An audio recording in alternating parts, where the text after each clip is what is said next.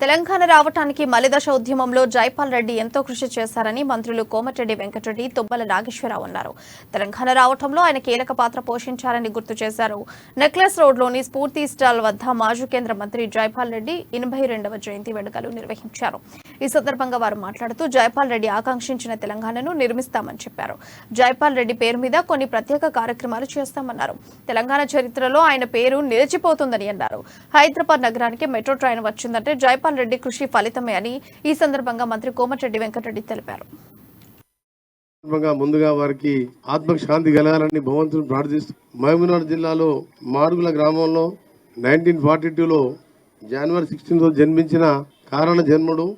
అలాగే ఉస్మానియా విశ్వవిద్యాలయంలో MA English పట్టాపుచ్చుకొని అక్కడే వారి రాజకీయ జీవితం ప్రారంభించి 5 సార్లు పార్లమెంట్ సభ్యునిగా, 4 సార్లు శాసనసభ్యునిగా, 2 సార్లు రాజ్యసభ సభ్యునిగా వారు పోలియోతో అంగవైకల్యం ఉన్నా సరే పట్టుదలతో ఈరోజు దేశ రాజకీయాల్లో మన దేశమే కాదు విదేశాల్లో కూడా ఎంతోమంది అభిమానులు ఉన్న రాజకీయ నాయకునిగా పేరు తెచ్చుకున్న మన తెలంగాణ ముద్దుబిడ్డ జైపాల్ రెడ్డి గారు.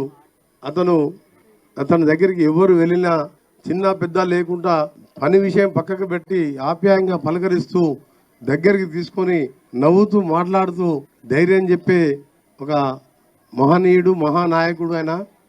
ఈరోజు తెలంగాణ రావడంలో కూడా సమైక్యవాది స్వతహా అయినా తెలంగాణ ఈ దేశం సమగ్రతంగా ఉండటం కోసం ఈనాటి రాజకీయాల్లో, సమకాలీన రాజకీయాల్లో ఆయన గారి యొక్క జీవితం ఒక పాఠ్యాంశంగా తీసుకుని రాజకీయ నాయకులు అంత నిబద్ధతతోటి, అంత నిజాయితీతోటి, అంత పట్టుదలతోటి పనిచేసేటటువంటి జీవితాన్ని ప్రసాదించినటువంటి జైపాల్ రెడ్డి గారికి ధన్యవాదాలు తెలియజేస్తూ, ఆయన గారు లేని లోటు తెలంగాణకే కాదు భారతదేశానికి కూడా తీరని లోటు.